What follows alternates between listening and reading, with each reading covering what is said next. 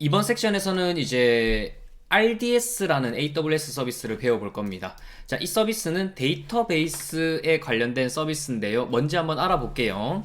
자, 이 RDS란 한 줄로 요약하자면은 관계형 데이터베이스 서비스입니다. 그래서 이 MySQL, MariaDB와 같은 여러 관계형 데이터베이스 서비스를 AWS로 빌려서 사용하는 형태예요. 그럼 RDS를 왜 쓰는 걸까를 봤을 때 우리 로컬 환경에서 개발할 때는 로컬 환경에 설치된 이 MySQL과 같은 DB를 연결해서 사용을 합니다. 그래서 하지만 근데 서버를 배포하고 나면은 서버가 내 컴퓨터에 설치된 이 MySQL과 연결을 할 수가 없어요. 왜냐면은 외부 서버는 나만의 컴퓨터에 로컬 호스트 환경에 접근을 할 수 없게 세팅이 되어 있기 때문입니다. 그래서 이 데이터베이스, MySQL이라는 이 데이터베이스도 외부 인터넷에서 접근할 수 있게 같이 배포를 해줘야 돼요. 이러한 이유 때문에 우리는 AWS RDS라는 데이터베이스를 빌려서 사용하는 겁니다. 그래서 이 외에도 AWS RDS는 여러 편리한 부가 기능을 많이 가지고 있어요. 뭐 백업부터 해서 모니터링이나 아니면은 이 DB 자체를 사용을 업그레이드 시킨다거나 여러 가지 특징들을 가지고 있습니다. 이러한 이유 때문에 실제 서비스를 운영할 때 이 RDS라는 서비스를 사용해서 데이터베이스를 구축해서 씁니다.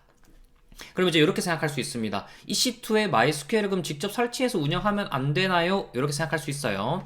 AWS에서 이제 공부를 하시다 보면은 EC2 안에 백엔드 서버, 뭐 익스프레스든 스프링이든 이런 이 서버와 MySQL을 같이 설치해서 쓰는 걸 보실 수 있어요. 그러니까 RDS를 안 쓰고 EC2 안에 MySQL을 직접 설치해서 사용을 할 수도 있다는 겁니다. 근데 이렇게 쓰시면은 EC2에 MySQL을 설치하게 되시면 별도의 RDS 비용이 나오지 않기 때문에 비용을 절감한다는 장점은 있어요. 그래서 이런 이점 때문에 학생분들이나 비용에 이제 민감하신 분들의 자주 사용하시는 구성 방법입니다. 근데 하지만 실제 서비스를 운영하실 때에는 하나의 EC2의 백엔드 서버랑 MySQL을 어지간하면 같이 사용하지 않으려고 해요.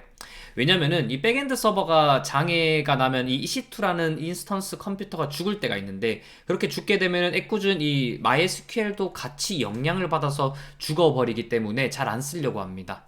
그리고 RDS 자체가 제공하는 이런 부가적인 편리한 기능들이 많아서 직접 설치해서 쓰는 것보다 RDS를 써서 그 부가 기능에 대한 이점을 누리려고 MySQL을 직접 설치하지 않고 RDS를 쓰는 선택지를 많이 고릅니다. 정리하자면은 현업에서는 EC2와 RDS를 분리해서 인프라를 구성하는 경우가 대부분이고요.